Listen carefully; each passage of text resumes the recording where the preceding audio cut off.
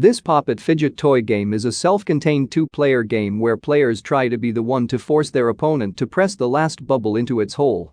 Players take turns pressing down any number of bubbles they wish in a single row. The player who presses down the last bubble loses the round.